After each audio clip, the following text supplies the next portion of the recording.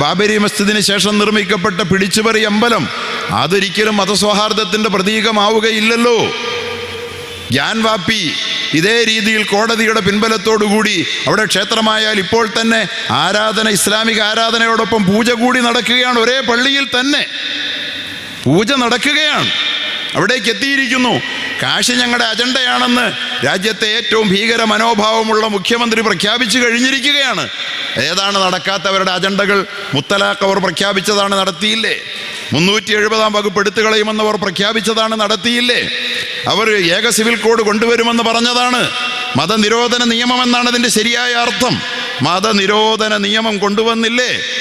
അവർക്ക് നടപ്പാക്കാൻ പറ്റുന്ന സ്റ്റേറ്റിൽ അവരത് നടപ്പാക്കിയില്ലേ? അതുപോലെ തന്നെ ഞങ്ങൾ പൊളിച്ചെടുക്കും, പിടിച്ചെടുക്കുമെന്ന് പറയുന്ന ആരാധനാലയങ്ങളെല്ലാം അവർ പിടിച്ചെടുക്കുകയില്ല എന്ന് ഇനിയും വിചാരിക്കാൻ എന്തുണ്ട് ന്യായം നമുക്ക് മുമ്പിൽ? 3000 പള്ളികളാണ് ഞങ്ങളുടെ അജണ്ടയെന്ന് ബാബരി മസ്ജിദ് പൊളിക്കുന്ന കാലത്ത് അശോക് സിംഗാൾ രാജ്യം മുഴുവൻ പാടി നടന്നതാണ്. അന്ന് 3003 പള്ളികൾ അവരുടെ അജണ്ടയാണ് എന്ന് നമ്മളോട് പറയപ്പെട്ടപ്പോൾ നമ്മളത് കേട്ട് പുച്ഛിച്ചു. പക്ഷേ അത് സത്യമായിരുന്നു എന്ന് തെളിയിച്ചുകൊണ്ട് 3000 പള്ളികൾ ഞങ്ങൾ പിടിച്ചെടുക്കുമെന്നിപ്പോൾ പച്ചയായി ഒരു പറഞ്ഞു തുടങ്ങിയിരിക്കുകയാണ്. ആ 3000 പള്ളികളിൽ ഏത് പള്ളിയാണ് വന്നുകൂടാത്തത്? ഇനി ഗ്യാൻവാപ്പിയിലും തന്നെയല്ലേ സംഭവിക്കുക? കാശിയിലും ഇതിനപ്പുറത്ത് എന്തെങ്കിലും പറയാൻ കഴിയുമോ? കാരണം കോടതികൾ കണ്ടില്ലേ, ഗ്യാൻവാപ്പിയിൽ അവിടെ ശിവലിംഗമുണ്ട് എന്ന് പറഞ്ഞുകൊണ്ട് ഒരു ഹിന്ദു ഭക്ത പരാതി കൊടുത്ത മാത്രയിൽ ASI നടത്തിക്കൊള്ളാൻ ആർക്കിയോളജിക്കൽ സർവേ ഓഫ് ഇന്ത്യയോട് നിർദ്ദേശം കൊടുക്കുകയാണ്. എന്ന് പറഞ്ഞാൽ ആ ശിവലിംഗം അവിടെ കണ്ടെടുത്താൻ വേണ്ടിയിട്ടുള്ള വല്ല അടയാളങ്ങളും സിംബലുകളും ഉണ്ടോ എന്ന് നിങ്ങൾ അന്വേഷിച്ച് കണ്ടുപിടിച്ചോളാൻ ഉപദേശം കൊടുക്കുന്ന കോടതികളാണ്. ആ കോടതികൾ അതേ വഴിയിൽ സഞ്ചരിച്ചു കൊണ്ടിരിക്കുകയാണ്. ബാബരി മസ്ജിദിൻ്റെ അതേ വഴിയിൽ പൊളിച്ചിട്ടില്ല അമ്പലമെങ്കിലും, പള്ളി പൊളിച്ചത് തെറ്റാണെങ്കിലും, വിഗ്രഹം വെച്ചത് തെറ്റാണെങ്കിലും പൊളിച്ചവന് പള്ളി കൊട് എന്ന് പറഞ്ഞ അതേ വഴിയിൽ ഗ്യാൻവാപ്പിയിലും കോടതി സഞ്ചരിക്കുമ്പോൾ കർഷകരുടെ കൂട്ടായ്മ സൃഷ്ടിക്കുന്ന ബഹളങ്ങൾക്ക് മുമ്പിൽ ഗവൺമെൻറ്റുകൾ പതറുമ്പോൾ നിങ്ങൾ കാണുന്നില്ലേ? വാളും വടിയും കൊണ്ട് തടയൽ മാത്രമല്ല, തടയൽ പ്രതിഷേധത്തിൻ്റെ വ്യത്യസ്തമായ ശബ്ദങ്ങൾ സിഖുകാർ നടത്തിയത് വാളും വടിയും കാട്ടിയുള്ള തടയലല്ല. കർഷകർ നടത്തിയത് അത്തരത്തിലല്ല. NRC CAAയിൽ അങ്ങനെയല്ല.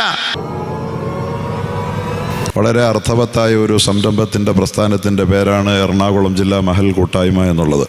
അതിന്ന് അതിൻ്റെ 2ാം വാർഷികം ആഘോഷിക്കുന്ന ഒരു സംഗമത്തിലാണ് കണ്ടന്തറ മുസ്ലിം ജമാഅത്തിൻ്റെ പ്രവിശാലമായ ഹാളിൽ നാം ഒന്നിച്ചിരിക്കുന്നത്. നമുക്ക് ഒരുപാട് ഉത്തരവാദിത്വങ്ങൾ നമ്മുടെ തലകളിലേക്ക്, നമ്മുടെ ശിരസിലേക്ക് വന്ന് കുമിഞ്ഞുകൂടിക്കൊണ്ടിരിക്കുന്ന ഒരു കാലഘട്ടത്തിലാണ് നമ്മൾ ജീവിച്ചുകൊണ്ടിരിക്കുന്നത്. അത്രമേൽ ഭീകരമാണ് നമ്മുടെ രാജ്യത്തിൻ്റെ പൊതുസ്ഥിതി. ദേശീയ സാഹചര്യങ്ങളും കേരളീയ സാഹചര്യങ്ങളും കണ്ടില്ലേ? കേരളത്തിൽ തന്നെ പള്ളികൾ ഇടിച്ചു നിരത്തുക എന്ന് പറയുന്നത് രാജ്യത്ത് ഭരണകൂട പിന്തുണയോടുകൂടി ഒരു ആഘോഷമായി മാറിക്കൊണ്ടിരിക്കുന്ന ഒരു കാലത്ത് മദ്രസകൾ ഇടിച്ചു തകർക്കുക എന്നത്, എത്രയോ അനധികൃത കെട്ടിടങ്ങൾ ഈ രാജ്യത്തിൻ്റെ വിവിധങ്ങളായ സംസ്ഥാനങ്ങളിൽ എത്ര അനധികൃത കെട്ടിടങ്ങളുണ്ട് എന്നൊരു കണക്കെടുപ്പ് നടത്തിയാൽ നമ്മളൊക്കെ ഞെട്ടിപ്പോകും. സർക്കാർ ഭൂമികൾ പിടിച്ചെടുത്ത്, വഖഫ് ഭൂമികൾ തന്നെ പിടിച്ചെടുത്ത് അനധികൃതമായി സർക്കാരും സ്വകാര്യ വ്യക്തികളും പണിത കോടിക്കണക്കിന്, ലക്ഷക്കണക്കിന് കോടി രൂപയുടെ വഖഫ് സ്വത്തുക്കൾ, അതുപോലെ തന്നെ അനധികൃത നിർമ്മാണങ്ങൾ നമ്മുടെ രാജ്യത്തിൻ്റെ വിവിധ സംസ്ഥാനങ്ങളിൽ അരങ്ങേറിക്കൊണ്ടിരിക്കുമ്പോഴാണ് ആകെയുള്ള ഒരേ ഒരു അനധികൃത നിർമ്മാണം ന്യൂഡൽഹിയിലെ ഗജറൗളിയിലാണ് എന്ന് തീരുമാനിച്ച് അവിടുത്തെ പള്ളിയും മദ്രസയും പോയി ബുൾഡോസർ കൊണ്ട് ഇടിച്ചു നിരത്തുന്നത്. ആകെയുള്ള ഒരു അനധികൃത നിർമ്മാണം രാജ്യത്ത്. നിങ്ങളൊന്ന് ആലോചിച്ച് നോക്കൂ. അതുപോലെ ഉള്ള സംഭവങ്ങൾ ഒന്നൊന്നായി.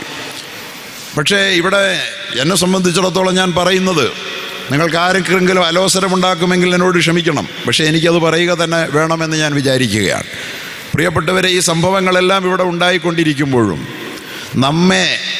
നമ്മെ രക്ഷിച്ചുകൊള്ളാം, നമ്മെ കാത്തുകൊള്ളാം, നമുക്കൊന്നും വരികയില്ല എന്ന് എത്രയോ കാലമായി സ്വതന്ത്രാനന്തര ഇന്ത്യയിൽ നമുക്ക് ഉറപ്പ് നൽകിയിട്ടുള്ള, നാം പ്രതീക്ഷ അർപ്പിച്ച ഒരുപാട് പ്രസ്ഥാനങ്ങളുണ്ട് ഇവിടെ. രാഷ്ട്രീയ പ്രസ്ഥാനങ്ങളുണ്ട് ഇവിടെ, മതേതര പ്രസ്ഥാനങ്ങളുണ്ട് ഇവിടെ. അവരെക്കുറിച്ചുള്ള പ്രതീക്ഷകളൊന്നും നമുക്ക് കൈവിട്ടിട്ടില്ല എന്ന് ഞാൻ പറഞ്ഞേക്കുകയാണ്. പക്ഷേ ഇപ്പോൾ ബാബരി മസ്ജിദിൻ്റെ ധ്വംസനാനന്തര ദുരന്തങ്ങൾ നാം കാണുകയാണ്. അവിടെ ഇന്ന് ദേശീയ ആഘോഷമാക്കി മാറ്റിയ ഒരു രാമക്ഷേത്രം നിർമ്മിക്കപ്പെട്ടിരിക്കുകയാണ്. അതിനുശേഷം ഇനി ഒരു പള്ളിക്ക് വേണ്ടി ഒഴിച്ചിടപ്പെട്ട സ്ഥലത്തിൽ പള്ളി പണിയാനും ഉയരാനും പോവുകയാണ്. പക്ഷേ ആ ആഘോഷത്തിൻ്റെ തുടർചലനം എന്ന നിലയിൽ സാധാരണ ഭൂകമ്പങ്ങളുടെ തുടർചലനങ്ങൾ ഉണ്ടാകാറുണ്ട്. അത്തരം തുടർചലനങ്ങൾ എന്ന നിലയിൽ നാം കണ്ടു ഗ്യാൻവാപ്പി മസ്ജിദിന് നേരെ നടക്കുന്ന കയ്യേറ്റങ്ങൾ. ഒരു ഗ്യാൻവാപ്പി മസ്ജിദുമല്ല ലക്ഷ്യം, 3 വിട്ടുതരണമെന്നാണ് ഇപ്പം ഒരു മുഖ്യമന്ത്രി തന്നെ പറയുന്നത്.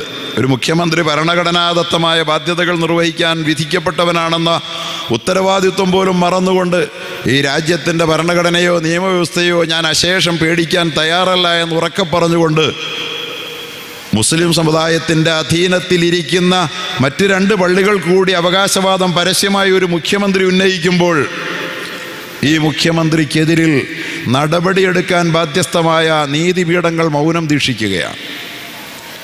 ഇത്തരത്തിലുള്ള സംഭവ വികാസങ്ങൾ അടിക്കടി ആവർത്തിക്കപ്പെടുമ്പോൾ പ്രിയപ്പെട്ടവരെ, മതേതര പ്രസ്ഥാനങ്ങൾ നമ്മളെ രക്ഷിച്ചുകൊള്ളും. നാം ഏതായാലും നമ്മുടേതായി അസ്തിത്വത്തിൻ്റെ പേര് പറഞ്ഞ് സംഘടിക്കണ്ട എന്നാണ് നമ്മളൊക്കെ വിചാരിച്ചത്. അങ്ങനെയാണ് നമ്മളോട് അവർ പഠിപ്പിച്ചതും. അസ്തിത്വത്തിൻ്റെ പേര് പറഞ്ഞ് ഇസ്ലാമിക സമൂഹം സ്വന്തം രാഷ്ട്രീയ പ്രസ്ഥാനം ഉണ്ടാക്കരുത്. അങ്ങനെ ഉണ്ടായാൽ മറ്റുള്ളവർ നിങ്ങൾക്കെതിരിൽ സംഘടിച്ച് ഇവിടെ വലിയ പ്രശ്നം ഉണ്ടാവുമെന്ന് ഞാൻ ഓർക്കുകയാണ്. ഇന്ത്യയെ സംബന്ധിച്ചിടത്തോളം നമുക്കിപ്പോൾ ഈ ഒരു സാഹചര്യത്തിൽ ഒരാശ്വാസത്തിൻ്റെ ഒരു കുളിർവാക്കെങ്കിലും ശക്തമായ നിലയിൽ ഇപ്പോഴല്ലെങ്കിൽ മറ്റേത് സമയത്താണ് നമുക്ക് ലഭിക്കേണ്ടത് ഈ പ്രസ്ഥാനങ്ങളുടെ ഭാഗത്തു നിന്ന്. പക്ഷേ മതേതര പ്രസ്ഥാനങ്ങളുടെ ഭാഗത്ത് നിന്ന് പോലും നിങ്ങൾക്കൊപ്പം ഞങ്ങളുണ്ട്, ഈ ഫാസിസത്തോട് ഞങ്ങൾ ഒരിക്കലും പൊരുത്തപ്പെടില്ല എന്ന് ഒന്നുറക്കെ പറയുന്ന ഒരു ശബ്ദം പോലും ഇന്ന് നമുക്ക് കേൾക്കാൻ കഴിയുന്നില്ല. ഏറെ വേദനാജനകമാണ്. ഞാനിത് പറയുമ്പോൾ കോൺഗ്രസ് നമ്മുടെ പ്രതീക്ഷയാണ്. ഒരു ഭരണമാറ്റം നമ്മൾ കൊതിക്കുകയാണ്. അതിൻ്റെ യുവാവായ അതിൻ്റെ നേതാവ് ലീഡർ രാഹുൽ ഗാന്ധി നമുക്കൊരു പ്രതീക്ഷ സമ്മാനിക്കുന്നു. അദ്ദേഹം നാളെ ഒരു പ്രധാനമന്ത്രിയായി കാണാൻ നമ്മൾ ആഗ്രഹിക്കുന്നു. പക്ഷേ അവരും ഭയത്തിലാണ്. മണിപ്പൂർ കലാപത്തിൻ്റെ പേരിൽ അവിശ്വാസ പ്രമേയം ഇന്ത്യയുടെ പാർലമെൻറ്റിൽ വന്നു. മണിപ്പൂർ കലാപത്തിൻ്റെ പ്രതികളെ പിടിച്ചു കെട്ടണമെന്നും അതുപോലെ തന്നെ കേന്ദ്ര ഭരണകൂടം മൗനം വെടിയണമെന്നും കലാപകാരികളെ അമർച്ച ചെയ്യണമെന്നും പറഞ്ഞുകൊണ്ട് ഒരു പ്രമേയം അവതരിപ്പിക്കുമ്പോൾ തന്നെയാണ് ഹരിയാനയിലെ നൂഹ് എന്ന സ്ഥലത്ത്, നൂഹ് എന്നാണ് ആ സ്ഥലത്തിൻ്റെ പേര്, അവിടെ ബുൾഡോസർ രാജ് നടപ്പാക്കിക്കൊണ്ട് 100 കണക്കിന് മുസ്ലിം ഭവനങ്ങൾ ഇടിച്ച് നിരത്തിക്കൊണ്ടിരിക്കുമ്പോഴാണ് ആ വിശ്വാസ പ്രമേയം ബഹുമാന്യനായ രാഹുൽ ഗാന്ധി തൻ്റെ പ്രൗഢമായ പ്രസംഗത്തിലൂടെ അവതരിപ്പിക്കുന്നത്. പക്ഷെ അദ്ദേഹം അറിയാതെ പോലും അദ്ദേഹത്തിൻ്റെ നാക്കിൽ ഹരിയാന എന്നോ നൂഹെന്നോ ഒരു വാക്ക് പോലും വന്നില്ല എന്നത് എത്ര വേദനാജനകമാണ്. ഞാനൊരു രാഷ്ട്രീയ വിമർശനം നടത്തുകയല്ല, സാധ്യമാകുന്നില്ല അവർക്കത്. നമ്മുടെ പ്രശ്നം എല്ലാവരും കൈവിട്ടിരിക്കുന്നു. നമ്മുടെ പ്രശ്നം ആർക്കും ഒരു പ്രശ്നമേ അല്ലാതായി മാറിയിരിക്കുന്നു എന്നല്ലേ അതിനർത്ഥം? അല്ലാതായിരിക്കുന്നു എന്നല്ല, ആകണമെന്ന് ആഗ്രഹിച്ചാലും അവർക്കത് ഏറ്റെടുക്കാൻ കഴിയാത്ത ഒരു ദുരിതപൂർണമായ സാഹചര്യം രാജ്യത്ത് സംജാതമായിരിക്കുന്നു. ഈ സാഹചര്യത്തെ നമ്മളെങ്ങനെയാണ് കാണേണ്ടത്? നിങ്ങൾ നിങ്ങളുടേതായ രീതിയിൽ സംഘടിക്കരുത്, നിങ്ങൾ പ്രതിരോധിക്കരുത്, നിങ്ങൾ പ്രതിഷേധിക്കരുത്, അസ്തിത്വ രാഷ്ട്രീയം ഉയർത്തിപ്പിടിക്കരുത്. അങ്ങനെ പിടിച്ചാൽ കുഴപ്പമുണ്ടാവും.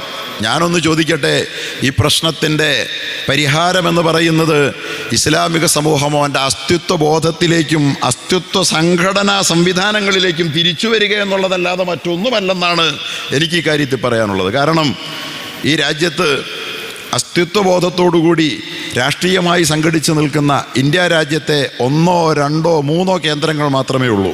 ഒന്നേതെന്നറിയോ? കേരളമാണ്. അസ്തിത്വ രാഷ്ട്രീയം ഉയർത്തിപ്പിടിക്കുന്ന ഒരു സംസ്ഥാനം കേരളമാണ്. അസ്തിത്വ രാഷ്ട്രീയം ആരെങ്കിലും ഉയർത്തിപ്പിടിച്ചാൽ നിങ്ങൾ ഞങ്ങളോടൊപ്പം ചേർന്നാൽ മതി, മതേതര രാഷ്ട്രീയ ചേരിയുടെ ഭാഗമായാൽ മതി. അസ്തിത്വ രാഷ്ട്രീയം വന്നാൽ ഫാസിസം വളരും, ഹിന്ദു വർഗീയത വളരും എന്ന് പറയുന്നവർ അവരൊന്ന് പറയട്ടെ. അസ്തിത്വ രാഷ്ട്രീയം ഏറ്റവും ശക്തമായി MLA-മാരെ ജയിപ്പിച്ച് മന്ത്രിമാരെ സൃഷ്ടിച്ച് പാർലമെൻറ്റിൽ MP-മാരെ സമ്മാനിക്കാൻ കഴിഞ്ഞ അസ്തിത്വ രാഷ്ട്രീയം കേരളത്തിൽ ഉയർത്തിപ്പിടിച്ചിട്ട് BJP അല്ലെങ്കിൽ ഹിന്ദു വർഗീയത കേരളത്തിലാണോ വളർന്നത് മറ്റ് സ്റ്റേറ്റുകളിലാണോ? യഥാർത്ഥത്തിൽ BJP വളരാത്ത ഇന്ത്യയിലെ ഏക സംസ്ഥാനം എന്ന് പറയാൻ നമുക്ക് കഴിയുന്നത് കേരളത്തെക്കുറിച്ചല്ലേ?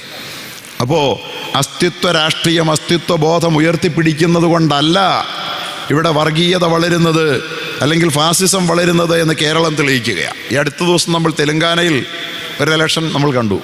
തെലങ്കാനയിലുമുണ്ട് ഇതുപോലെ ഹൈദരാബാദ് കേന്ദ്രമായി തെലങ്കാനയിലും ഉണ്ട് ഇതുപോലെ ഒരു അസ്തിത്വ രാഷ്ട്രീയത്തിൻ്റെ സംവിധാനം. അസദുദ്ദീൻ ഉവൈസിയുടെ നേതൃത്വത്തിൽ അവിടെയും അദ്ദേഹത്തിനുമുണ്ട് 2 എംപിമാർ, അദ്ദേഹത്തിനുമുണ്ട് നിയമസഭയിൽ MLA മാർ. അദ്ദേഹം ഹൈദരാബാദിനെ ഏതാണ്ട് ഗ്രേറ്റർ ഹൈദരാബാദിനെ അദ്ദേഹം അടക്കി ഭരിക്കുന്നത് പോലുണ്ട്. തികഞ്ഞ അസ്തിത്വ രാഷ്ട്രീയം തന്നെയാണത്. ആരോടും അലോസരത്തിന് പോകാതെ അസ്തിത്വ രാഷ്ട്രീയത്തിൻ്റെ അജണ്ടകളിൽ അല്പം പോലും വിട്ടുവീഴ്ച ചെയ്യാതെ അദ്ദേഹം ആ രാഷ്ട്രീയം ഉയർത്തിപ്പിടിക്കുമ്പോഴും അവിടെ BJP വളരുന്നില്ല. ഇത്തവണത്തെ തെരഞ്ഞെടുപ്പിൽ പോലും അവിടെയും വളർന്നത് മതേതര പ്രസ്ഥാനമാണ് എന്നാണ് നമ്മൾ കാണുന്നത്. അസ്തിത്വ രാഷ്ട്രീയം യഥാർത്ഥത്തിൽ വർഗീയതയ്ക്കോ ഫാസിസത്തിൻ്റെ വളർച്ചയ്ക്ക് മണ്ണാവുകയല്ല, മറിച്ച് അവരെ കുഴിച്ചു മൂടുകയാണ് അസ്തിത്വ രാഷ്ട്രീയം ഉള്ളിടത്തെന്നല്ല ഈ സംഭവങ്ങൾ തെളിയിക്കുന്നത്. അല്ലേ? എന്തിനാണ് ഈ അസ്തിത്വ രാഷ്ട്രീയത്തെക്കുറിച്ച് രാഷ്ട്രീയക്കാർ പറഞ്ഞ് പേടിപ്പിക്കുന്നത്? എന്നാൽ അസ്തിത്വ രാഷ്ട്രീയം നമുക്ക് മാറ്റിവെക്കാം. അങ്ങനെയെങ്കിൽ ഈ നമ്മുടെ അസ്തിത്വ പ്രശ്നങ്ങളെ ഈ രാഷ്ട്രീയക്കാരൊന്ന് അഡ്രസ്സ് ചെയ്യുമോ? അതിനൊട്ടവർ തയ്യാറുമല്ലാത്തൊരു സാഹചര്യത്തിൽ എൻ്റെ പ്രിയപ്പെട്ട സഹോദരങ്ങളെ, ഇവിടെ ബഹുമാന്യനായ നമ്മുടെ ഉസ്താദ് പറഞ്ഞു, മഹൽ ഭാരവാഹികൾക്കുള്ള പ്രധാനപ്പെട്ട ഉത്തരവാദിത്വങ്ങളെന്ന് പറയുന്നത് അവരെ ഒരു അമാനത്തായി അള്ളാഹു ഏൽപ്പിച്ച് തന്നിരിക്കുന്ന, അവർക്ക് വലിയ ആദരവുണ്ട്, അവരെൻ്റെ കുടുംബക്കാരാണ്, അഹ്ലുള്ളയാണ് എന്ന് അള്ളാഹു അംഗീകരിക്കുകയും വിശേഷിപ്പിക്കുകയും ചെയ്യുന്ന ഒരു സമൂഹമാണ് എന്ന് പറഞ്ഞ നമുക്കത്രയും വലിയ ബഹുമതി ലഭിക്കാൻ കാരണമായത് നമ്മൾ നമ്മുടെ ഇസ്ലാമിക സമൂഹത്തിൻ്റെ ഉത്തരവാദിത്വം നമ്മുടെ ചുമലിലുള്ളതിൻ്റെ പേരിലാണ്. ഒരിക്കലും അള്ളാഹു നമ്മെ വെറുതെ വിടില്ല. കുല്ലുക്കും റാഇൻ വ കുല്ലുക്കും മസ്ഊലുൻ അൻ റഇയതി ഫൽ അമീറുല്ലദി അലന്നാസി റാഇൻ അലൈഹിം. നിങ്ങളെല്ലാവരും ഉത്തരവാദിത്വം ഏറ്റെടുത്തവരാണ്. ഓരോ വ്യക്തിയെക്കുറിച്ചും റസൂലുള്ളാഹി പറയുന്നുണ്ട്. എല്ലാവർക്കും ഉണ്ട് ചില ഉത്തരവാദിത്വം, ചില മാനേജ്മെൻറ്റുകൾ ഉണ്ട്. ഫൽ അമീറുല്ലദി അലന്നാസി റാഇൻ അലൈഹിം. ജനങ്ങൾ നേതാവായി തിരഞ്ഞെടുത്തവർ അമീർ ആ ജനങ്ങളുടെ മുഴുവൻ കാര്യങ്ങൾക്കും കണക്ക് പറയേണ്ടവനാണ്. കണ്ടങ്കന്തറ മുസ്ലിം ജമാഅത്തിൽ ഈ നാട്ടിലെ ജനങ്ങളുടെ ഇസ്ലാമിക ആത്മീയ നിലവാരത്തെക്കുറിച്ച് കണ്ടന്തറ മുസ്ലിം ജമാഅത്തിൻ്റെ ഭാരവാഹികളോടും ബഹുമാന്യനായ ഉസ്താദിനോടും എന്നോട് എൻ്റെ മഹലിനെക്കുറിച്ച് ചോദ്യങ്ങളുണ്ടാകും. നാളെ റബ്ബിൻ്റെ മുമ്പിൽ നമുക്ക് വെറുതെ പോയി നിൽക്കാൻ കഴിയില്ല. അതുകൊണ്ട് ഏറ്റെടുത്ത ഉത്തരവാദിത്വം ഒറ്റയ്ക്കൊരു മഹലിന് നിർവഹിക്കാനാകുന്നില്ലെങ്കിൽ കൂട്ടായ്മകൾ സൃഷ്ടിച്ചുകൊണ്ട് പരസ്പരം പ്രചോദനങ്ങൾ പങ്കിട്ടെടുത്തുകൊണ്ട് നമുക്കത്തരം കാര്യങ്ങളിൽ എന്ത് ചെയ്യാനാകുമെന്ന് ആലോചിച്ച് നമ്മുടെ ഉമ്മത്തിനെ അള്ളാഹുവിലേക്ക് അടുപ്പിക്കുക എന്ന് പറയുന്ന ഭാരിച്ച ഒരു ദൗത്യം നിർവഹിക്കുക എന്നത് ഓരോ മഹൽ ഭാരവാഹിയുടെയും ബാധ്യതയാണ്. അത് മഹൽ കൂട്ടായ്മയുടെ പ്രധാനപ്പെട്ട ലക്ഷ്യമാണ്. മഹൽ കൂട്ടായ്മ പ്രധാനമായും മഹലിൻ്റെ വൈജ്ഞാനിക ആത്മീയ വിദ്യാഭ്യാസ സാമ്പത്തിക ശാക്തീകരണം എന്നതിന് ഒന്നാമത്തെ അജണ്ടയായി വെച്ചിട്ടുണ്ട്. അങ്ങനെ ഒരു പദ്ധതി മഹൽ കൂട്ടായ്മയുടെ അതിൻ്റെ പ്രധാനപ്പെട്ട കർമ്മപരിപാടികളിൽ ഒന്നാണ്. അത് ഒന്നും നിർവഹിക്കാതെ ബഹുമാന്യനായ ഉസ്താദ് പറഞ്ഞ പോലെ എന്താണ് പലപ്പോഴും സംഭവിക്കുന്നത്? ഇന്ന് നമ്മുടെ മഹല്ലുകളെല്ലാം വളർന്നു, അനിഷേധ്യമായ വളർച്ച കൈവരിച്ചിട്ടുണ്ട്. ഓരോ മഹല്ലും വലുതായോ എന്ന് നോക്കുന്നത് അതിൻ്റെ ഭൗതിക വളർച്ച കണ്ടിട്ട. എന്തോ ഒരു മികച്ച ബിൽഡിങ്ങാണ്. മസാജിദുഹും ആമിറ വഹിയ ഖറാബും മിനൽ ഹുദ എന്ന് പറഞ്ഞ പള്ളികളാകുമോ അത് എന്ന് ഭയപ്പെടേണ്ട വിധം ഘനഗംഭീരമായി കെട്ടിപ്പൊക്കപ്പെട്ട പള്ളികൾ. പക്ഷേ സന്മാർഗത്തിൽ നിന്ന് അതിൻ്റെ അകത്തളങ്ങൾ കാലിയാണ് എന്ന് പറഞ്ഞ വിധത്തിലേക്ക് നമ്മുടെ പള്ളികൾ മാറുന്നുവോ? വലിയ പള്ളികളാണ്, മദ്രസകളാണ്, വലിയ വരുമാനങ്ങളാണ്. ഇപ്പോൾ പള്ളി നടത്തിപ്പ് ആവശ്യങ്ങൾക്ക് വേണ്ടിയിട്ട് മഹല്ല് നിവാസികളുടെ നേരെ മുമ്പിൽ കൈനീട്ടി കാശിന് വേണ്ടി പണപ്പിരിവുമായി ഇറങ്ങിത്തിരിക്കേണ്ട ഗതികേട് മഹൽ ഭാരവാഹികൾക്ക് എവിടെയും തന്നെ ഇല്ല. അതുകൊണ്ട് തന്നെ വലിയ ബാധ്യതകളൊന്നും ഇല്ലാത്തത് കൊണ്ട് ഭാരവാഹിയാകാൻ വേണ്ടിയിട്ട് വലിയ മത്സരമാണ് ഇവിടെ നടന്നുകൊണ്ടിരിക്കുന്നത്. പണ്ടൊക്കെ ഒഴിഞ്ഞു നിൽക്കാനായിരുന്നു ശ്രമിക്കുന്നത്. കാരണം എന്താ? ഏറ്റെടുത്താൽ മുൻപോട്ട് പോകണമെങ്കിൽ വീട്ടിലിരിക്കാൻ പറ്റില്ല, ഇറങ്ങിത്തിരിക്കേണ്ടി വരും. പലപ്പോഴും ആ മഹല്ലിലെ ഓരോ സാധാരണക്കാരനെയും, ഒരുപക്ഷെ ആ മഹല്ലിലെ പൗരപ്രമുഖനായിരിക്കും പ്രസിഡന്റോ സെക്രട്ടറിയോ ഒക്കെ ആയി വരിക, അവർക്ക് ഓരോ സാധാരണക്കാരനെയും ചെന്ന് കാണേണ്ടി വരും, അവൻ്റെ സഹകരണം ആവശ്യപ്പെടേണ്ടി വരും, അവനെ പള്ളിയിലേക്ക് അടുപ്പിക്കേണ്ടി വരും, ആകർഷിക്കേണ്ടി വരും. അങ്ങനെ പള്ളിയുടെ കൂട്ടായ്മകൾ നമ്മൾ സമ്പന്നമല്ലാഞ്ഞ ഇന്നലകളിൽ വലിയ ഒരു പാരസ്പര്യത്തിൻ്റെ സൗഹൃദത്തിൻ്റെ വലിയ തീരമായി തുരുത്തായി നമ്മുടെ പള്ളികൾ നിന്നിരുന്നെങ്കിൽ ഇന്നത് കാണാനാവുന്നുണ്ടോ എന്ന് നാം ശരിക്കും ആലോചിക്കണം. അതുകൊണ്ട് മഹൽ നിവാസികളുടെ ഓരോ വ്യക്തികളുടെയും കൂട്ടായ്മ ഉറപ്പുവരുത്തുക എന്നത് നമ്മുടെ ഒരു ബാധ്യതയായി നമ്മൾ ഏറ്റെടുക്കണം. ഒരു മഹൽ ഭാരവാഹിയെ മഹല്ലിലെ ഒരു മെമ്പർ അറിയാതെ പോയാൽ, അല്ലെങ്കിൽ ഒരു മഹൽ ഭാരവാഹി മഹല്ലിലെ ഒരു മെമ്പറെ അറിയാതെ പോയാൽ അത് എങ്ങനെയായിരിക്കും പടച്ച റബ്ബിൻ്റെ മുമ്പിൽ നാളെ ന്യായീകരിക്കപ്പെടുക എന്ന് ഓരോ ഭാരവാഹികളും ആലോചിക്കണം. ഇതൊക്കെ വലിയ ഉത്തരവാദിത്വങ്ങളാണ് എന്ന് സൂചിപ്പിച്ചുകൊണ്ട് ഈ ഉത്തരവാദിത്വങ്ങളിൽ നമുക്ക് മാർഗനിർദ്ദേശം തന്നുകൊണ്ട്, നമുക്ക് കൃത്യമായ നിലയിൽ നമ്മെ പ്രേരണകൾ നൽകിക്കൊണ്ട് നമ്മോടൊപ്പം ഏതെങ്കിലും പ്രസ്ഥാനമുണ്ട് എങ്കിൽ അൽഹംദുലില്ലാ അതിനോടൊപ്പം നമ്മളും ചേർന്ന് കൊടുക്കണം. അത് ഏത് പ്രസ്ഥാനമായാലും വേണ്ടില്ല, ഈ പണി ചെയ്തുകൊണ്ട് നമ്മളോടൊപ്പം നിൽക്കുന്ന ഏത് സംഘടനയോടും ചേർന്ന് കൊടുക്കണം. അതായത് സംഘടനയാണെന്ന് ഞാൻ പ്രത്യേകം അന്വേഷിക്കാൻ കൊണ്ട് ആര് ചെയ്താലും അതിനോട് ചേർന്ന് നിൽക്കണം. പക്ഷേ അത്തരം പ്രേരണകളൊക്കെ കുറഞ്ഞുപോയി. സഹോദരങ്ങളെ, ഒരു വശത്ത് നമ്മൾ ഇത്തരത്തിൽ നമ്മുടെ മഹല്ലിനെ അതിൻ്റേതായ ആ പരിമിതികളിൽ നിന്നുകൊണ്ട് നാം ആത്മീയമായി അവരെ ബൗദ്ധികമായി അവരുടെ ഉത്തരവാദിത്വത്തെക്കുറിച്ച് ബോധ്യപ്പെടുത്തി അവരെ നാം വളർത്തിയെടുക്കുന്നതോടൊപ്പം തന്നെ നാം പൊതുവിൽ ഇന്ന് അഭിമുഖീകരിക്കുന്ന ഇത്തരത്തിൽ നമുക്കിനി എത്ര കാലം ജീവിക്കാനാകുമെന്ന ഒരു വലിയ ചോദ്യം രാജ്യവ്യാപകമായി നമ്മുടെ നേരെ ഉയർന്നു വരുമ്പോൾ, പ്രിയപ്പെട്ടവരെ, 700 കൊല്ലം മുസ്ലിമീങ്ങൾ ആരാധന നടത്തിയിരുന്ന പള്ളിയും അവരുടെ മദ്രസയുമാണ്. അന്നും തലേ ദിവസവും അവിടെ ദറസിൽ 30ഓളം വിദ്യാർത്ഥികൾ ദറസ് നടത്തിയിരുന്ന ഗജറോളി മസ്ജിദാണ്. തലേന്ന് അവരോട് നിർബന്ധമായും നിങ്ങൾ പുറത്തു പോകണം, പള്ളി തകർക്കാൻ പോവുകയാണെന്ന് ആവശ്യപ്പെട്ടവരെ പുറത്താക്കിയിട്ട് ഇടിച്ചങ്ങ് നിരത്തുന്നത്. ഇത് എവിടെയാണ് വന്നുകൂടാത്തത്? അത് സംഭവിച്ചതുകൊണ്ട് ഏതാകാശമാണ് ഇവിടെ ഇടിഞ്ഞു വീണത്? എന്ത് പുകിലാണ് ഈ രാജ്യത്തുണ്ടായത്? ആർക്കാണ് അതിൻ്റെ പേരിൽ എന്തെങ്കിലും അലോസരമുണ്ടായത്?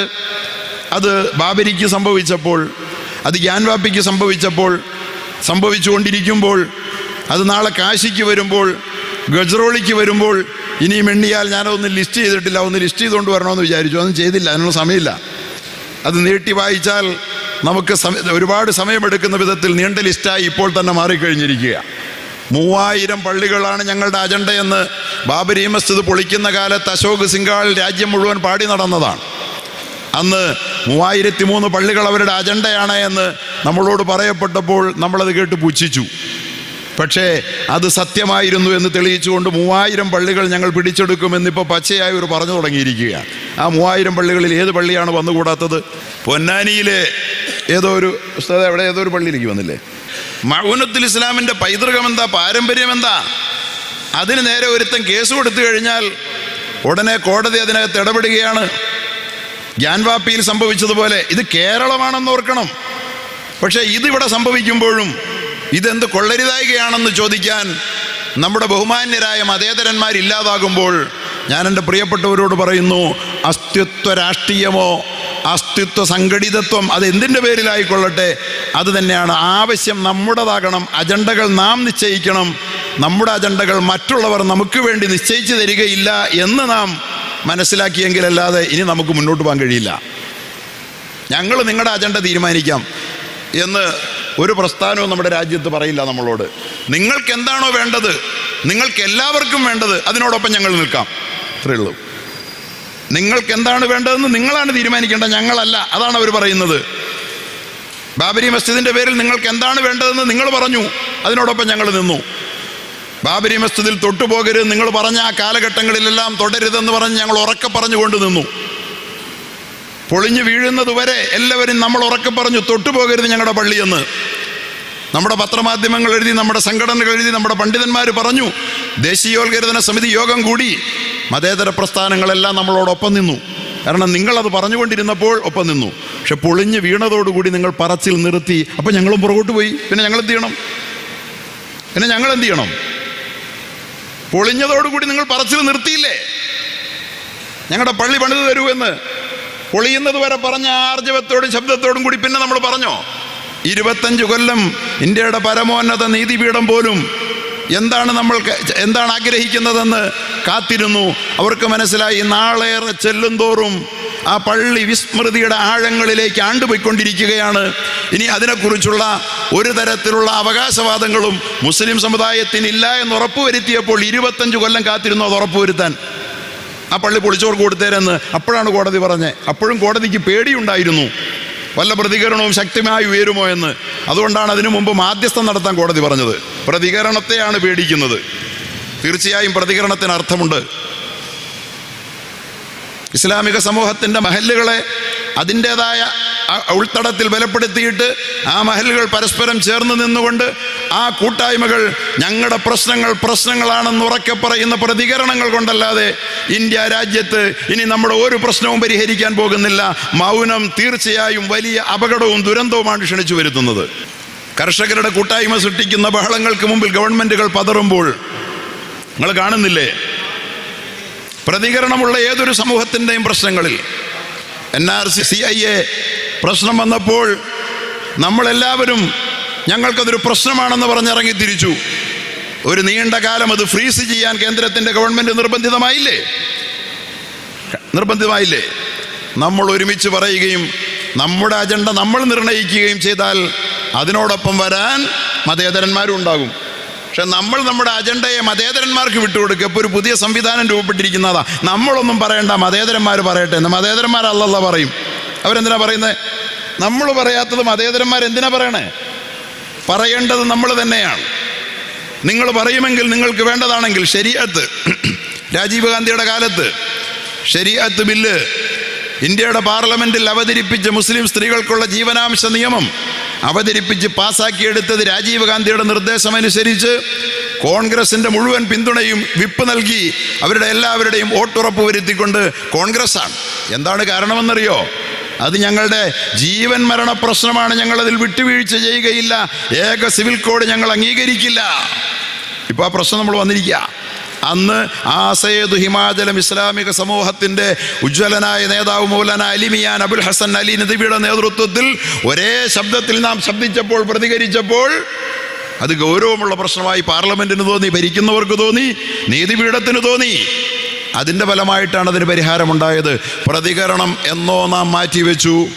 പ്രതികരണത്തിൻ്റെ മേഖലയിലെ നമ്മുടെ ആ നിസ്സംഗത എന്നാണോ രാജ്യത്തിൻ്റെ ഭരണഘടനാ സ്ഥാപനങ്ങൾക്കും അധികാര കേന്ദ്രങ്ങൾക്കും ബോധ്യമായത്, അന്ന് തുടങ്ങി നമ്മുടെ നേരെയുള്ള നിരന്തരമായ അവസാനമില്ലാത്ത അവിരാമമായ ഭേദ്യങ്ങളുടെയും നീതി നിഷേധങ്ങളുടെയും പരമ്പരകൾ ആരംഭിച്ചത് അങ്ങനെയാണ്.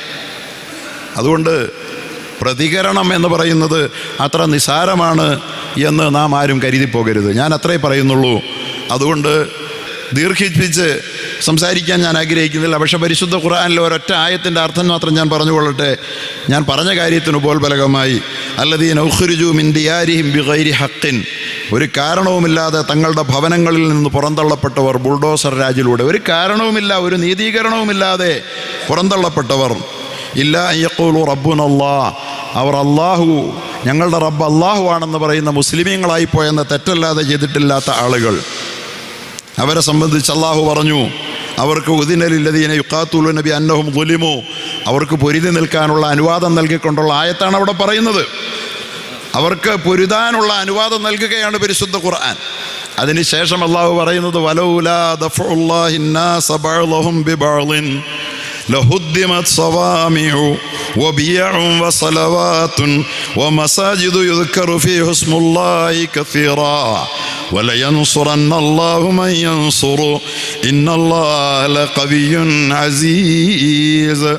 വളരെ പ്രധാനപ്പെട്ട ഒരു സംഗതിയാണത്. ഈ ആയത്തിൽ അള്ളാഹു പറയുന്നത് വലൗലാ ദഫഉല്ലാഹി الناس ബഅ്ളഹും ബിബഅ്ൾ, ജനങ്ങളിൽ ഒരു ചിലരെ മറ്റു ചിലരെ കൊണ്ട് തടയുന്ന ഒരു ബലതന്ത്രം അള്ളാഹു ഈ ലോകത്ത് നിലനിർത്തിയില്ലായിരുന്നെങ്കിൽ, ജനങ്ങൾ, അതായത് ഭരണകൂടം തടയുന്ന, കോടതി തടയുന്ന, അല്ലെങ്കിൽ മറ്റേതെങ്കിലും സംവിധാനങ്ങളിലൂടെ തടയുന്നതെന്നല്ല, ജനങ്ങളിൽ ഒരു ചിലർ മറ്റു ചിലരെ തെറ്റുകളിൽ നിന്ന് തടയുന്ന ഒരു സംവിധാനം ഈ ലോകത്ത് അള്ളാഹു നിലനിർത്തിയില്ലായിരുന്നെങ്കിൽ, പടച്ചവൻ നിലനിർത്തിയതാണ് എന്ന് പറഞ്ഞാൽ പടച്ചവൻ അത് നിലനിന്ന് കാണാൻ ആഗ്രഹിക്കുന്നതാണ്.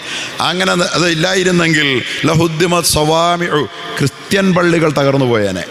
ആദ്യം പറയേണ്ടത് മുസ്ലിം പള്ളിയല്ല, ക്രിസ്ത്യൻ പള്ളി തകർന്നു പോയേനെ. വബിയഉൻ, ജൂത സിനഗോഗുകൾ തകർക്കപ്പെട്ടേനെ. വമസാജിദ് വസലവാത്തു, ഹൈന്ദവ ദേവാലയങ്ങളും തകർക്കപ്പെട്ടേനെ. വമസാജിദു യുദ്കറു ഫീഹി ഇസ്മുല്ലാഹി കസീറാ, അള്ളാഹുവിൻ്റെ നാമം ഏറെ കീർത്തനം ചെയ്യുന്ന അള്ളാഹുവിൻ്റെ പള്ളികളും തകർക്കപ്പെട്ടു പോയേനെ എന്ന് അള്ളാഹു പറയുകയാണ്. അപ്പം ഇതെല്ലാം തകർന്നു പോകാൻ കാരണം എന്താണ്? അള്ളാഹുവിൻ്റെ ഖുർആൻ നമ്മോട് പറയുന്നത് എന്താ? ജനങ്ങൾ പരസ്പരം തടയുന്ന, അക്രമകാരികളെ പ്രതിരോധിക്കുന്ന ജനങ്ങളുടെ ഇടപെടലുകൾ ഉണ്ടാകാത്തത് കൊണ്ടാണ് ഇത് സംഭവിക്കുന്നതെന്ന് അള്ളാഹു അല്ലേ പറയുന്നത്. അപ്പോൾ ശക്തി കൊണ്ട് ഈ അക്രമകാരികളെ തടയാൻ, അധികാര കേന്ദ്രങ്ങളെ തടയാൻ, ബുൾഡോസറുമായി കടന്നു വരുന്ന ഔദ്യോഗിക സേനയെ തടയാൻ നമുക്ക് കഴിയില്ലെങ്കിൽ അപ്പണിക്ക് പോകരുതെന്നും അള്ളാഹു പറയുന്നുണ്ട്. പക്ഷെ നമുക്കിപ്പോൾ തടയാൻ കഴിയുന്നത് എങ്ങനെയാ? നമുക്ക് തടയാൻ കഴിയുന്നത് നമ്മുടെ ശബ്ദം ഉയർത്തിക്കൊണ്ടാണ്. അരുതെന്ന് പറയാൻ നമുക്കിന്ന് കഴിയും. ഇവിടെ അതൊരു പ്രതിരോധമാണ്, അതൊരു ദഫാണ്. ആ അരുതെന്ന് പറയൽ നിലച്ചു പോയാൽ പിന്നെ എന്താണ് ഇവിടെ സംഭവിക്കുക? എൻ്റെ പ്രിയപ്പെട്ടവരെ, അതുപോലും ഇല്ലാതാവുകയാണ്. പ്രതിരോധത്തിൻ്റെയും പ്രതികരണത്തിൻ്റെയും അടിസ്ഥാനപരമായ സ്വഭാവങ്ങൾ നഷ്ടപ്പെട്ടാൽ പിന്നെ എല്ലാം തകരുകയാവും ഫലമെന്ന് അള്ളാഹു പറയുകയാണ്. ആ തകർച്ച ഇവിടെ തുടങ്ങിക്കഴിഞ്ഞിരിക്കുന്നു. എന്നിട്ട് അള്ളാഹു പറയുന്നത് വലയൻസുറന്നല്ലാഹു മൻ യൻസുറു, അള്ളാഹയെ സഹായിക്കുന്നവനെ അള്ളാഹയും സഹായിക്കുന്ന. ഇവിടെ എന്ത് സഹായം അള്ളാഹയെ സഹായിക്കൽ? ഈ ചർച്ചും ഈ സിനഗോഗും ഈ ക്ഷേത്രങ്ങളും ഈ പള്ളികളുമൊക്കെ നിലനിൽക്കുന്നതിന് വേണ്ടിയുള്ള ജനകീയ പ്രതിരോധം, അത് പറഞ്ഞിട്ട് അള്ളാഹയെ സഹായിക്കുന്നവനല്ല, അത് അള്ളാഹയെ സഹായിക്കലാണ്. ഖുർആൻ്റെ നസ്സല്ല ഇത്, അത് അള്ളാഹയെ സഹായിക്കലാണ്. അള്ളാഹയെ സഹായിച്ചാൽ മാത്രം അള്ളാഹ് നിങ്ങളെ സഹായിക്കും, അല്ലാതെ അള്ളാഹയുടെ സഹായവും കാത്ത് വെറുതെ ഇരുന്നിട്ട് കാര്യമില്ലെന്ന് പടച്ച തമ്പുരാൻ നമ്മളോട് പറയാം.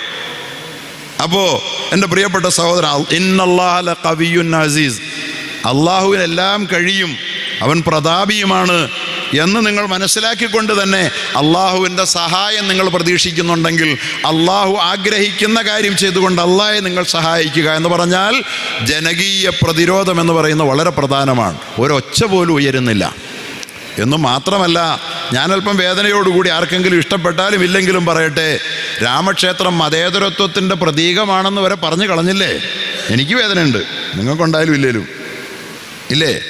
അങ്ങനെയൊക്കെ പറഞ്ഞു പോയാൽ പിന്നെ എന്തേലും ഇനി പറയാനുണ്ടോ? നമുക്ക് ആർക്കെങ്കിലും പറയാൻ പറ്റുമോ?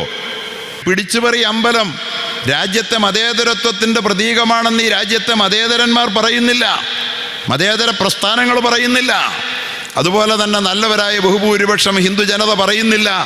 ആകെ പറയുന്നത് അതിടിച്ചു പൊളിച്ച ഫാസിസ്റ്റുകൾ മാത്രമാണ്. പക്ഷേ നമ്മുടെ നേതാക്കന്മാരുടെ ഭാഗത്ത് നിന്നും എന്തോ കാരണമെന്തൊന്നും എനിക്കറിയില്ല, അത്തരം ശബ്ദങ്ങൾ വരുമ്പോൾ സത്യത്തിൽ ഇത്തരം ശബ്ദങ്ങൾ എന്നേക്കുമായി നിലച്ചു പോവുകയാണോ? പ്രതിരോധത്തിൻ്റെ പ്രതികരണത്തിൻ്റെ ശബ്ദങ്ങൾ എന്നേക്കുമായി നമ്മുടെ രാജ്യത്ത് നിലച്ചു പോവുകയാണോ എന്ന കനത്ത ഭീതി എനിക്കുണ്ട്. നിങ്ങൾക്കുണ്ടോ എന്ന് എനിക്കറിയില്ല, ഉണ്ടാകേണ്ടതുണ്ട്. കാരണം ഇനി ഗ്യാൻവാപ്പിയിലും തന്നെയല്ലേ സംഭവിക്കുക? കാശിയിലും ഇതിനപ്പുറത്ത് എന്തെങ്കിലും പറയാൻ കഴിയുമോ? കാരണം കോടതികൾ കണ്ടില്ലേ ഗ്യാൻവാപ്പിയിൽ അവിടെ ശിവലിംഗമുണ്ട് എന്ന് പറഞ്ഞുകൊണ്ട് ഒരു ഹിന്ദു ഭക്ത പരാതി കൊടുത്ത മാത്രയിൽ ASI നടത്തിക്കൊള്ളാൻ ആർക്കിയോളജിക്കൽ സർവേ ഓഫ് ഇന്ത്യയോട് നിർദ്ദേശം കൊടുക്കുകയാണ്. എന്ന് പറഞ്ഞാൽ ആ ശിവലിംഗം അവിടെ കണ്ടെടുത്താൻ വേണ്ടിയിട്ടുള്ള വല്ല അടയാളങ്ങളും സിംബലുകളും ഉണ്ടോ എന്ന് നിങ്ങൾ അന്വേഷിച്ച് കണ്ടുപിടിച്ചോളാൻ ഉപദേശം കൊടുക്കുന്ന കോടതികളാണ്. ആ കോടതികൾ അതേ വഴിയിൽ സഞ്ചരിച്ചു കൊണ്ടിരിക്കുകയാണ്. ബാബരി മസ്ജിദിൻ്റെ അതേ വഴിയിൽ പൊളിച്ചിട്ടില്ല അമ്പലമെങ്കിലും, പള്ളി പൊളിച്ചത് തെറ്റാണെങ്കിലും, വിഗ്രഹം വെച്ചത് തെറ്റാണെങ്കിലും പൊളിച്ചവന് പള്ളി കൊട് എന്ന് പറഞ്ഞ അതേ വഴിയിൽ ഗ്യാൻവാപ്പിയിലും കോടതി സഞ്ചരിക്കുമ്പോൾ, പ്രിയപ്പെട്ടവരെ, ഇത് തെറ്റാണെന്ന് പറയുന്ന ശബ്ദം പോലും ഇല്ലാതെ പോയാൽ പിന്നെ ഇതൊരിക്കലും ബാബരി മസ്ജിദിന് ശേഷം നിർമ്മിക്കപ്പെട്ട പിടിച്ചുപറി അമ്പലം അതൊരിക്കലും മതസൗഹാർദ്ദത്തിൻ്റെ പ്രതീകമാവുകയില്ലല്ലോ. ഗ്യാൻവാപ്പി ഇതേ രീതിയിൽ കോടതിയുടെ പിൻബലത്തോടുകൂടി അവിടെ ക്ഷേത്രമായാൽ ഇപ്പോൾ തന്നെ ആരാധന, ഇസ്ലാമിക ആരാധനയോടൊപ്പം പൂജ കൂടി നടക്കുകയാണ്. ഒരേ പള്ളിയിൽ തന്നെ പൂജ നടക്കുകയാണ്. അവിടേക്ക് എത്തിയിരിക്കുന്നു. കാശി ഞങ്ങളുടെ അജണ്ടയാണെന്ന് രാജ്യത്തെ ഏറ്റവും ഭീകര മനോഭാവമുള്ള മുഖ്യമന്ത്രി പ്രഖ്യാപിച്ചു കഴിഞ്ഞിരിക്കുകയാണ്. ഏതാണ് നടക്കാത്തവരുടെ അജണ്ടകൾ? മുത്തലാഖ് അവർ പ്രഖ്യാപിച്ചതാണ്, നടത്തിയില്ലേ? 370 വകുപ്പ് എടുത്തുകളയുമെന്നവർ പ്രഖ്യാപിച്ചതാണ്, നടത്തിയില്ലേ? അവർ ഏക സിവിൽ കോഡ് കൊണ്ടുവരുമെന്ന് പറഞ്ഞതാണ്. മതനിരോധന നിയമം എന്നാണ് അതിൻ്റെ ശരിയായ അർത്ഥം. മതനിരോധന നിയമം കൊണ്ടുവന്നില്ലേ? ഉത്തരാഖണ്ഡിലോ ജാർഖണ്ഡിലോ എവിടെയാണത് വന്ന ആദ്യം? അവർക്ക് നടപ്പാക്കാൻ പറ്റുന്ന സ്റ്റേറ്റിൽ അവരത് നടപ്പാക്കിയില്ലേ? അതുപോലെ തന്നെ ഞങ്ങൾ പൊളിച്ചെടുക്കും പിടിച്ചെടുക്കുമെന്ന് പറയുന്ന ആരാധനാലയങ്ങളെല്ലാം അവർ പിടിച്ചെടുക്കുകയില്ല എന്ന് ഇനിയും വിചാരിക്കാൻ എന്തുണ്ട് ന്യായം നമുക്ക് മുമ്പിൽ? അവിടെ അള്ളാഹു നമ്മോട് പറഞ്ഞു തരുന്നത് ഒരു പ്രതിരോധത്തെക്കുറിച്ചാണ്. ജനങ്ങളിൽ ചിലർ മറ്റു ചിലരെ തടയണം. ആക്രമിക്കപ്പെട്ടവർ തടയണം. എങ്ങനെ തടയണം? വാളും വടിയും കൊണ്ട് തടയൽ മാത്രമല്ല, തടയൽ പ്രതിഷേധത്തിൻ്റെ വ്യത്യസ്തമായ ശബ്ദങ്ങൾ. സിഖുകാർ നടത്തിയത് വാളും വടിയും കാട്ടിയുള്ള തടയലല്ല. കർഷകർ നടത്തിയത് അത്തരത്തിലല്ല. NRC CAAയിൽ അങ്ങനെയല്ല. അക്രമവിരുദ്ധമായ അഹിംസാ മാർഗത്തിലൂടെ ഭരണഘടനാദത്തമായ അവകാശം ഉപയോഗപ്പെടുത്തിയിട്ടുള്ള പ്രതിഷേധ ജ്വാലകൾ നമ്മുടെ രാജ്യമാസകലം ഉയർന്നു വരുന്ന വിധത്തിലേക്ക് നമ്മുടെ കൂട്ടായ്മകളെ ബലപ്പെടുത്തുന്നതിൻ്റെ ആലോചനയാണ് മഹല്ല് കൂട്ടായ്മ. എറണാകുളം ചെറുതാണെങ്കിലും ഇതിൻ്റെ നേതാക്കന്മാരത്ര വലിയവരൊന്നും അല്ലെങ്കിലും ഈ ഒരാഗ്രഹമേ മുന്നിൽ വയ്ക്കുന്നുള്ളൂ. അതിന് നമുക്കൊന്ന് കൈകോർത്ത് പിടിച്ചുകൂടെ എന്നേ ചോദിക്കുന്നുള്ളൂ. അല്ലാതെ ഒന്നുമില്ല. ആരുടെയും അസ്തിത്വം തകർക്കാനല്ല, ആരോടും അമിതമായ വിധേയത്വമില്ല എന്ന പോലെ ഒരാളോടും ഒരു വിരോധവുമില്ല. എല്ലാവരും നമ്മുടെ സമൂഹത്തിൻ്റെ അനിവാര്യ ഭാഗങ്ങളാണ്. അപ്പോൾ അതുകൊണ്ട് എൻ്റെ പ്രിയപ്പെട്ട സഹോദരങ്ങളെ, ഈ കൂട്ടായ്മയെ നമ്മൾ ബലപ്പെടുത്തിയില്ല എങ്കിൽ, മതേതരന്മാർ നമുക്ക് വേണ്ടി ശബ്ദിക്കണമെങ്കിൽ, അസ്തിത്വബോധം, അസ്തിത്വത്തിൻ്റെ വക്താക്കൾ, അസ്തിത്വ പ്രതിസന്ധി അഭിമുഖീകരിക്കുന്ന സമൂഹത്തിൻ്റെ നേതാക്കൾ, അവരുടെ ആവശ്യങ്ങൾ ഞങ്ങളുടെ ആവശ്യങ്ങളാണെന്ന് അവരാദ്യം പറയണം. നമ്മുടെ നേതാക്കന്മാർ പറയണം ഇത് ഞങ്ങളുടെ പ്രശ്നമാണെന്ന്. ഞങ്ങൾക്ക് പ്രശ്നമില്ലെന്ന് പറയരുത്. പറഞ്ഞാൽ പിന്നെ അവർ പറയുമോ? അപ്പുറത്തുള്ളവർ പറയുമോ? പറയൂല. അപ്പം അവർ പറയൽ നിർത്തി പറയേണ്ട ആളുകളെ കൊണ്ടും പറയുന്നിടത്തുനിന്ന് പിന്തിരിപ്പിക്കുന്ന നിലപാടുകളിലേക്ക് എത്തി നമ്മൾ പൂർണ്ണ മൗനത്തിൽ വേണ്ടാൽ നമ്മളോട് മൗനം പാലിക്കണമെന്ന് ആരാണ് പറഞ്ഞത്? ഇന്ത്യയുടെ ഭരണഘടന ഈ അനീതികൾക്കെതിരിൽ മൗനം പാലിക്കണമെന്ന് നമ്മളോട് പറയുന്നുണ്ടോ? ഇന്ത്യയിലെ ഏതെങ്കിലും ഒരു കോടതികൾ നിങ്ങൾക്കൊരു പ്രതിഷേധത്തിൻ്റെ ശബ്ദമുയർത്താൻ പാടില്ല, സമാധാനപൂർണമായ പ്രതിഷേധ പ്രകടനങ്ങൾ നടത്താൻ പാടില്ല എന്ന് ഇതുവരെ നമ്മളോട് പറഞ്ഞിട്ടുണ്ടോ? നമ്മളോട് പറയാത്ത കാര്യം നമ്മൾ എന്തിനാണ് ചെയ്യുന്നത്? നമ്മളോട് പറയാത്ത ഭരണഘടനാദത്തമായ നമ്മുടെ അവകാശങ്ങളെ നമ്മൾ എന്തിനാണ് അടിയറ വയ്ക്കുന്നത്? നമുക്ക് അനുവാദമുള്ളിടത്ത് നാം ചെയ്യേണ്ടത് ചെയ്തോ? നിങ്ങൾക്കറിയാമല്ലോ സുപ്രസിദ്ധമായ ഹദീസ്, അള്ളാഹുവിൻ്റെ റസൂല് പറഞ്ഞ ഹദീസ് എന്താണ്? മൻ റആ മിൻകും മുൻകറൻ ഫൽയുഗയ്യിറുഹു ബിയദി. തെറ്റ് കണ്ടാൽ ശക്തി കൊണ്ട് തന്നെ തടയണം. ഒരുത്തനെ തല്ലുന്നത് കണ്ടാൽ ആ മർദ്ദകനെ, അക്രമിയെ പിടിച്ചു മാറ്റിയിട്ട് ആ അക്രമത്തിൽ നിന്ന് പിന്തിരിപ്പിക്കാൻ കഴിയുമെങ്കിൽ കൈയുടെ ശക്തി, കായിക ശക്തി ഉപയോഗിച്ച് തടയണം. പറ്റുമെങ്കിൽ. പറ്റില്ലെങ്കിൽ പോരുത്. കാരണം ഇവൻ അടിമ അടിക്കും ചിലപ്പോൾ. അങ്ങനെ തടയാൻ പോയ ആളുകൾ കുത്തേറ്റ് മരിച്ച സംഭവങ്ങൾ ഉണ്ടായിട്ടുണ്ട്. അതുകൊണ്ട് പറ്റുകയില്ല, പണിക്ക് പോരുത്.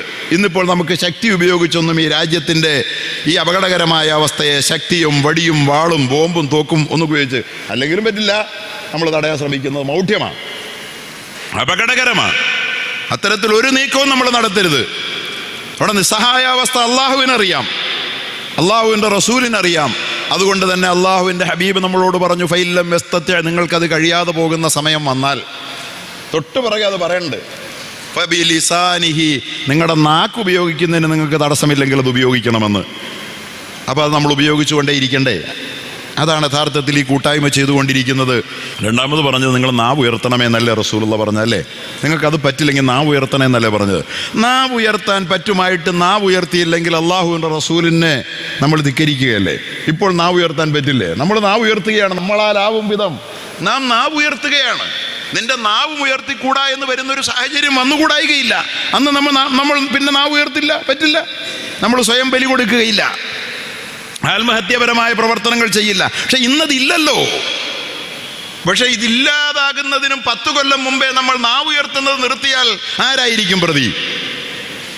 ആ ഒരു സ്വാതന്ത്ര്യം നമ്മുടെ രാജ്യത്ത് നഷ്ടപ്പെടുന്നതിന് ഒരു 10 കൊല്ലം മുമ്പേ നാവ് ഉയർത്തുന്നത് പോലും വേണ്ട. മൂന്നാമതോ ഇനി അതുമില്ലാതായാൽ നിങ്ങൾ ഈ കൊള്ളരുതായികളെ മനസ്സുകൊണ്ട് വെറുക്കണമെന്നാണ് മുഹമ്മദ് മുസ്തഫ പറഞ്ഞത്. ഫബി ഖൽബിഹി.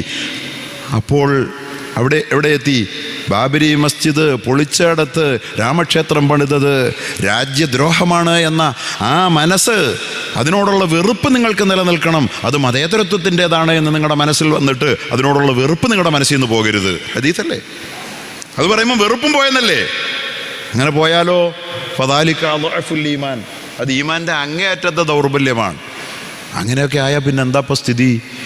അതുകൊണ്ട് എൻ്റെ പ്രിയപ്പെട്ട സഹോദരങ്ങളെ, ഈ കൂട്ടായ്മയ്ക്ക് സ്ഥാനമുണ്ട്, പ്രസക്തിയുണ്ട്. നിങ്ങൾ ഓരോരുത്തരും നിങ്ങളുടെ ദൗത്യം ഏറ്റെടുത്ത് നമ്മുടെ മഹലുകൾ ഇതെല്ലാം ഉള്ളപ്പോഴും നമ്മുടെ ഉത്തരവാദിത്വങ്ങൾ, ഞാൻ ഇന്നും വരുമ്പോൾ സങ്കടത്തോടു കൂടിയാണ്, എൻ്റെ മഹലിൽ ഞാനില്ലാഞ്ഞ സമയത്ത് ഒരു കുട്ടി ആത്മഹത്യ ചെയ്ത് ഖബറടക്കിയെന്ന് കേട്ടു.